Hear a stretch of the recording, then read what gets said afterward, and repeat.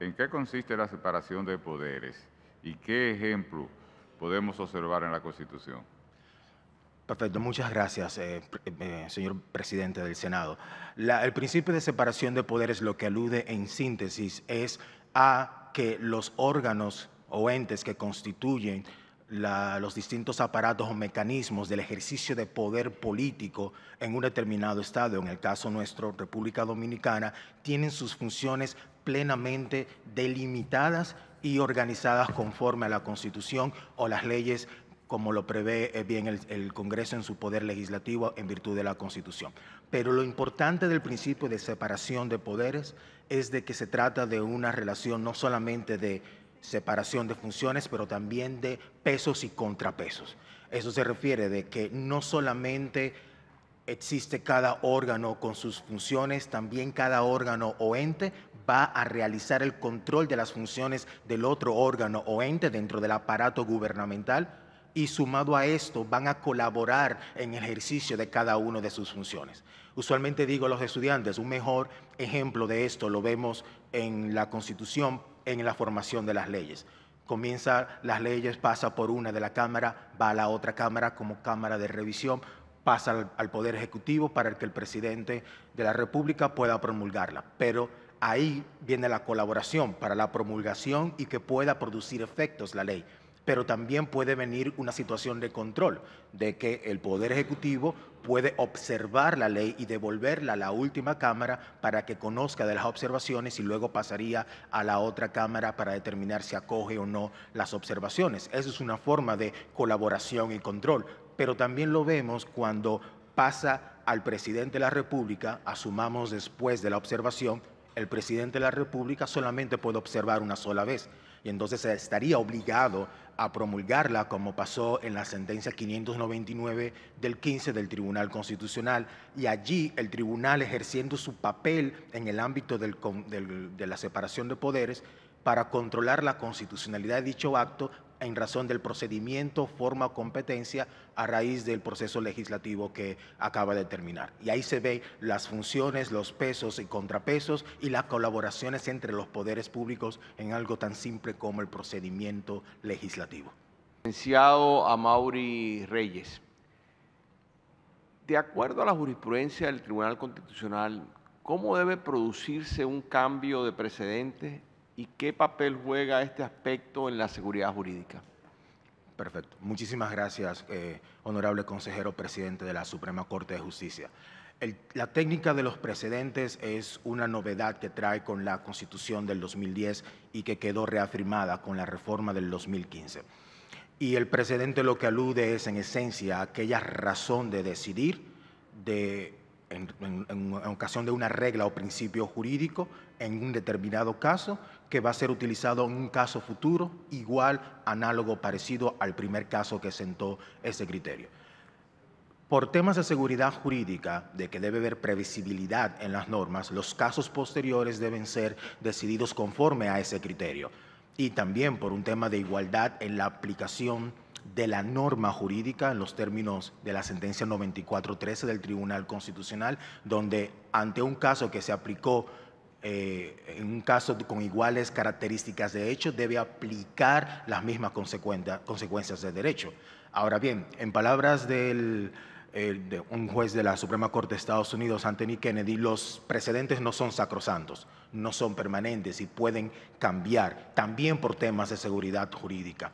Y el Tribunal Constitucional ha determinado qué criterios deben utilizar amparado en la Constitución, pero también en la ley orgánica del Tribunal. Primero, de que existan circunstancias que promuevan un cambio, circunstancias de hecho, un cambio de criterio para resolver un caso. Esto lo vemos, un cambio de criterio de la sentencia 7 del 2012, cuando cambió en la sentencia 71 del 2013, al variar la forma de ejercer el control contra las sentencias en materia de amparo y conociéndolo como un verdadero tribunal de alzada. También puede ser que el razonamiento jurídico no haya sido como tal correcto o apropiado. Aunque no lo dice con esas palabras, pero lo vemos en la sentencia 335 del 2014, donde el tribunal había decidido que el plazo para interponer una revisión en materia jurisdiccional era de 30 días hábiles y francos, pero en la sentencia 143 del 2015 dijo que ese no era el criterio porque ya había suficiente plazo para las partes, considerando su naturaleza como de naturaleza exclusivamente franca. Pero de igual forma, el caso quizás que combina a todos es la debida motivación para cambiar ese criterio. Y en los casos, sobre todo en materia constitucional, donde el tribunal ha cambiado de criterio, por ejemplo, para determinar que el habeas data no procede para acceder a información en expedientes sancionatorios públicos, cambió de criterio y lo hizo con una debida motivación del por qué debe cambiar.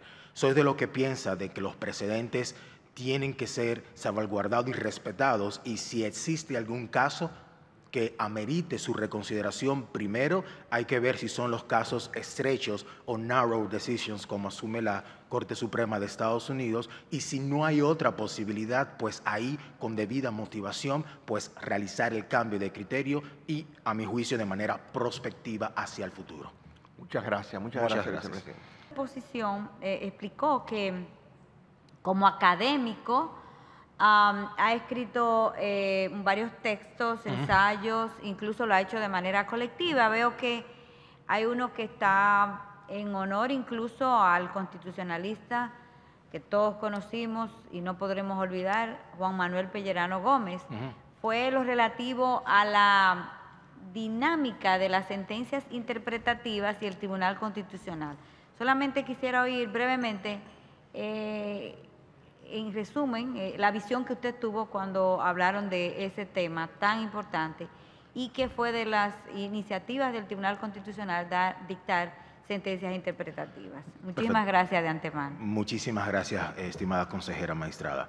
En ese ensayo que se escribió para el Libem Amicorum para el doctor Juan Manuel Pellerano, la idea del ensayo era poner sobre la mesa el funcionamiento de las sentencias interpretativas, incluyendo determinar cuál es su fundamento, la distinción, por ejemplo, de un texto jurídico escrito y los significados que se le pueden atribuir, y cómo a veces, para preservar, dada la legitimidad democrática del Congreso de la República, es necesario dictar este tipo de decisiones para evitar que la cura sea peor que la enfermedad. Dígase, sustraer del sistema una ley dictada por un órgano democráticamente legítimo como el Congreso y dejar sin regulación ese supuesto. Entonces, también se quiso explorar cuáles son las distintas formas de cómo se expresa una sentencia interpretativa, que a veces va más allá del mero condicionamiento de la interpretación de una disposición para que sea conforme a la Constitución. Y ahí se habla, por ejemplo, de la sentencia 1212, cuando el legislador incurre en una omisión, pero a raíz de la interpretación que se realiza de ese texto, la omisión hace que el texto sea inconstitucional y se le agrega a través de la interpretación un significado para tapar, dicho de manera muy simple, esa omisión que hace que el texto sea inconstitucional. O de manera reductora, por ejemplo, para la sentencia 93 del 16, cuando eliminó una disposición particular del reglamento de la Suprema Corte de Justicia para la investigación y proceso de juicio disciplinario a los jueces, donde se daba la oportunidad de que la Suprema Corte valorara las pruebas y ordenara una nueva investigación, afectando la interpretación, la imparcialidad e independencia. Y ahí el tribunal lo eliminó, y con esa eliminación pues inmediatamente era constitucional. Y finalmente también se pueden ver otros casos donde están las llamadas sentencias sustitutivas, que son un poco más complejas, pero allí el tribunal, para tratar de no eliminar la totalidad del texto, sustituye lo que es inconstitucional para hacerlo conforme a la Constitución y atendiendo lo ya previsto en el sistema jurídico, siendo el mejor ejemplo, a mi juicio, la sentencia 508 del 21, donde el tribunal declaró inconstitucional la potestad del Tribunal Superior Electoral de juzgar delitos electorales, sino que le corresponde a la jurisdicción penal ordinaria. Sabemos que el juez constitucional no puede ser recusado. ¿Qué opina usted de este tipo de situación? Y si en el futuro pudiéramos tener algún mecanismo para impedir que un juez al que podamos tener alguna sospecha juzgue un caso nuestro. Y si usted cree que esto es conveniente para la justicia constitucional, el estado que tenemos ahora de que no se puede,